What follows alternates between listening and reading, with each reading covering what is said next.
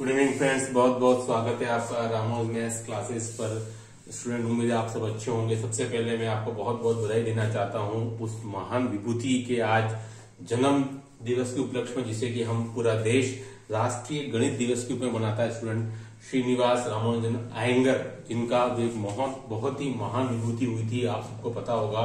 भारत देश में इससे बड़े गणितज्ञ कभी न उसके पहले हुए थे, न शायद होना मुश्किल है। स्टूडेंट, ठीक है, तो आज का दिन बहुत ही खास है गणित के सभी स्टूडेंट्स के लिए। मेरी ओर से पुनः आप सबको बहुत बहुत बधाई और शुभकामनाएं।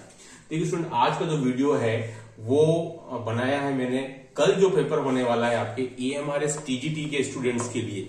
ठीक है, हालांकि अभी एग्जाम में आपके मुश्किल से 15-16 घंटे ही बाकी रह गए स्टूडेंट। ठीक है, लेकिन ये जो इंपॉर्टेंट समय होता है, तो स्टूडेंट मैं आपको बताऊंगा कि इस समय में आप कौन सी चीजें केवल थोड़ा सा रिवाइज कर लें, जिससे कि आपकी तैयारी जो है वो अच्छी हो जाएगी। और कुछ टॉपिक्स में स्टूडेंट कंफ्यूजन ज्यादा हो रहा है, कंफ्यूज की सर हम इस टॉपिक में क्या पॉइंट को सिलेक्ट करें। जैसे स्टूडेंट मैं अगर बात करूं, आपके सामने पहला टॉपिक जो है वो हमारे लिए रियल नंबर है, फर्स्ट टॉपिक। और ये बहुत, इसमें कम से कम आपकी 10-12 लाइनें दी हुई है। ठीक है, तो स्टूडेंट मैं आपको बताऊंगा पिछले जो पेपर्स आए हुए हैं लाइक KVS और NVS, जिसमें से आपका NVS का थोड़ा सा लेवल ज्यादा है रादर देन KVS। ठीक है, तो हम डिस्कस करेंगे कि आपको रियल नंबर में आप क्या वो 5 पॉइंट्स पढ़ सकते हैं लास्ट मोमेंट के लिए। ठीक है, देखिए स्टूडेंट, नंबर 1 मैं इसमें आपको बताता हूं।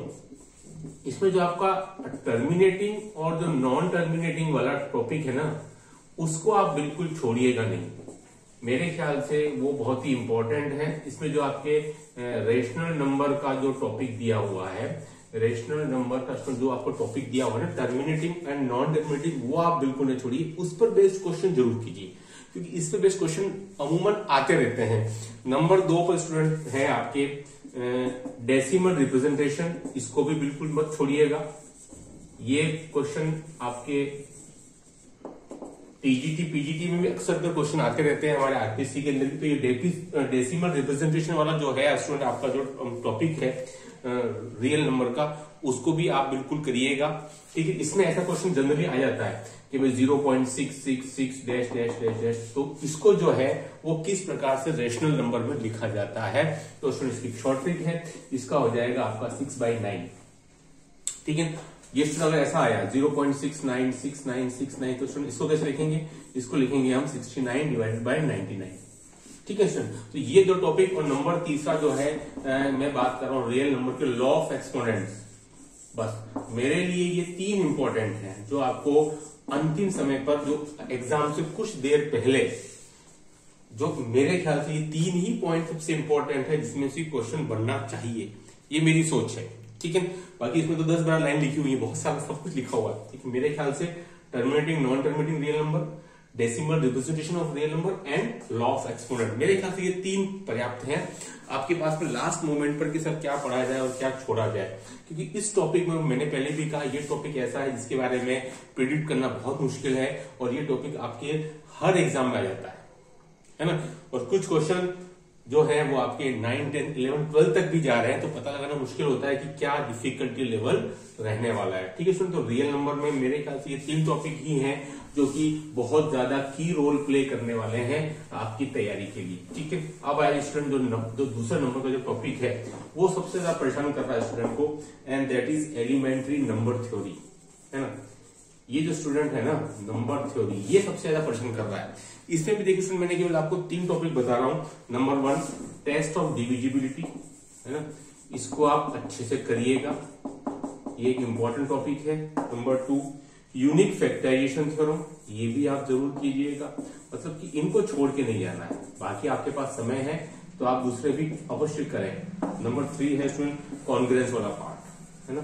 उसके अलावा तो बाकी सारा जो है ना वो BSc लेवल का है। मुझे समझ नहीं आ रहा कि भाई एलिमेंट्री नंबर थ्योरी में सीधा BSc लेवल तक पहुंच गए हो आप, और 11-12 का नहीं है, ये कुछ 9-10 है और बाकी सब BSc लेवल का है, बाकी जो कॉन्ग्रेंस के नीचे वाला है। तो मेरे ख्याल से ये 3 पॉइंट्स आपके लिए बहुत इंपॉर्टेंट रहेंगे, तो इन तीनों को आप अच्छे से कवर कर लीजिए एलिमेंट्री नंबर थ्योरी के अंदर। ठीक है, नंबर 3 देखिए मैट्रिसेस। अब कहने को मैट्रिसेस आपके कहीं 9-10 में नहीं है, ये सीधा आपका 11-12 में आता है। लेकिन आश्चर्य की बात यह है कि इसने बहुत सारे पॉइंट्स जो दिए हैं वो BSc लेवल के हैं। Eigen values, eigen space, diagonal matrix, sorry diagonalisation of matrix है, डायगोनल नहीं डायगोनलाइजेशन ऑफ मैट्रिक्स है स्टूडेंट। तो बहुत सी चीजें जो है वो मैट्रिसेस टॉपिक की वो बीएससी लेवल की भी है, लेकिन मैंने जो उसमें से छाटी स्टूडेंट, नंबर 1 इंडिपेंडेंस, ये इंपॉर्टेंट है जिसमें कि आप ए बी सी 3 कांस्टेंट की वैल्यू निकालते हैं। Number 2 reflection of A point, reflection of A point. Number 3 eigen values and eigen vector. भले ये टॉपिक आपका बीएससी पार्ट का है लेकिन वहां भी काफी ज्यादा पूछा जाता रहता है, तो मेरे ख्याल से यहाँ भी इंपॉर्टेंट है। Now rank of A matrix student, ये भी इंपॉर्टेंट है, ये आपको 11th-12th में उतना नहीं मिलता है, ठीक है। रैंक ऑफ मैट्रिक्स केवल हमको इतना ही बता दिया जाता है कि हाँ भाई इसका कितना है, ऑर्डर है, ठीक है, ऑर्डर आता है स्टूडेंट हमारे 11th-12th में, रैंक नहीं है, रैंक आपको बीएससी में मिलेगा, है ना। तो ये एक बीएससी का है, लेकिन ये दोनों ऐसे फ्रिक्वेंटली आपके सीएसआई या नेट तक पूछे जाते हैं।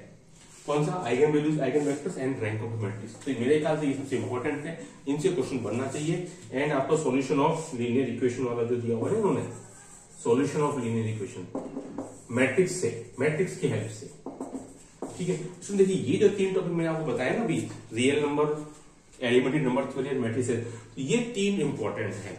बाकी तो आपके सामने पॉलिनोमियल है, बिल्कुल 9th-10th है, लीनियर इक्वेशन है 9th-10th है, क्वाड्रेटिक इक्वेशन 9th-10th है, अरिथमेटिक प्रोग्रेशन 11th में भी है लेकिन आपको 9th-10th वाला करना है, ठीक है। इनइक्वालिटी जो है वो आपका 10th में नहीं है लेकिन 11th में है, वो आप देख सकते हैं, कोई खास नहीं है। ये जो 3 थोड़ा सा दिक्कत थी, बाकी तो मैक्सिमम टॉपिक जो है आपके 9th-10th के, थोड़ा सा कैलकुलस को आप थोड़ा सा देख लीजिएगा, जो 11th का है उसमें आप मेनली फोकस कीजिएगा फॉर्मूले पर।